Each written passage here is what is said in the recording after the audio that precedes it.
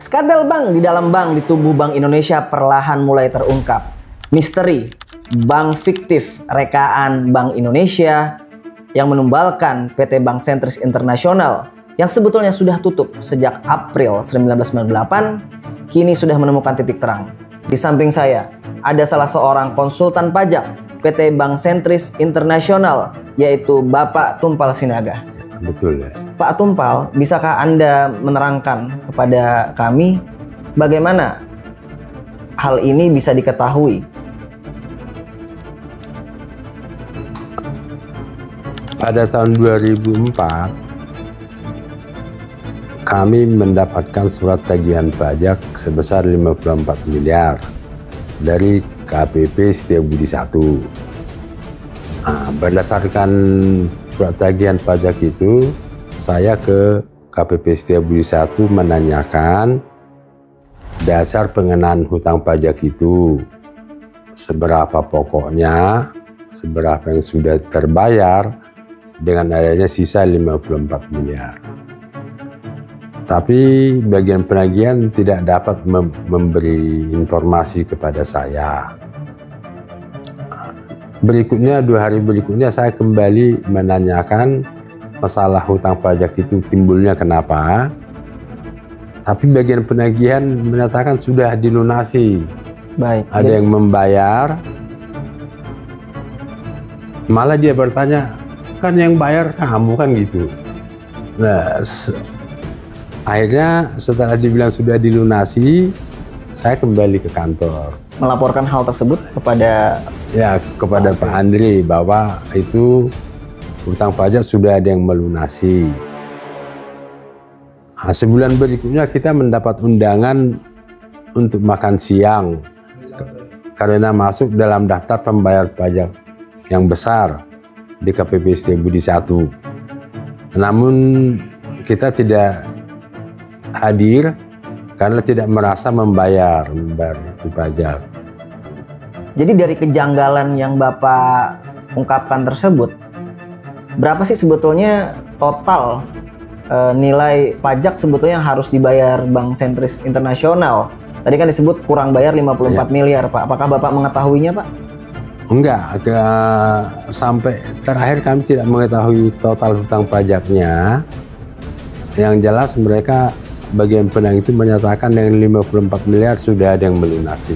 Dan itu masih menjadi misteri, Pak. Siapa yang melunasi? Iya, betul. Kekurangan pajak tersebut. Pak Tumpal, selain tagihan pajak penghasilan, adakah kejanggalan lain yang Bapak temukan dalam dokumen lampiran penagihan tersebut? Yang janggal bagi kami itu, kenapa pada tahun 2004 masih ada hutang pajak? Baik, itu poin pertama. Ya, Bank Sentris. Berarti dalam pemikiran kita Bank Sentrisnya masih ada sampai tahun 2004. Baik. Itu yang menjadi kejanggalan ya, Pak? Iya, betul.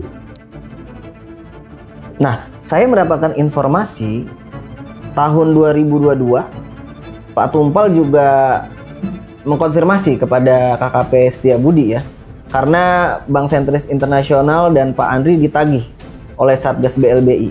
Ya, betul. Bagaimana penjelasan Bapak?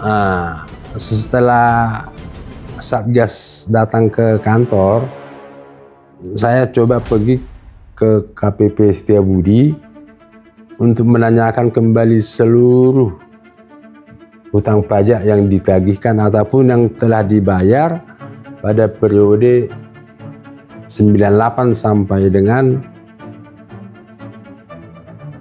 2022.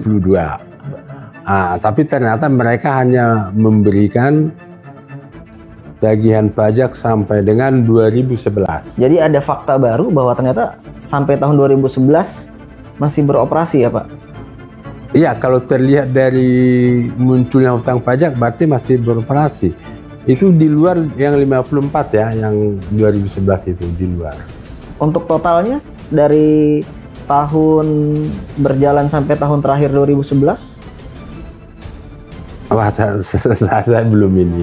Belum ada rekapannya. Dan adakah fakta-fakta baru yang Bapak temukan, misalnya bergerak sebagai apa? badan hukum tersebut? Di surat tagihan, surat keterangan terakhir itu, Bank Sentris itu sudah berganti alamat di gedung Upindo.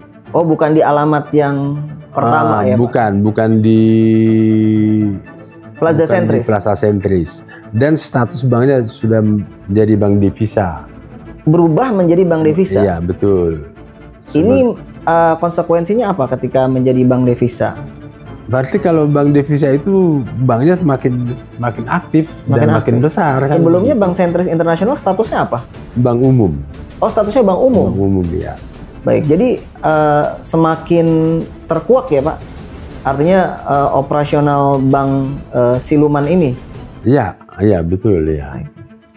Baik, demikianlah fakta terbaru mengenai misteri skandal bank di dalam bank di tubuh Bank Indonesia, yaitu sebuah bank yang mengatasnamakan Bank Sentris Internasional yang masih beroperasi ternyata sebagai bank devisa hingga tahun 2011.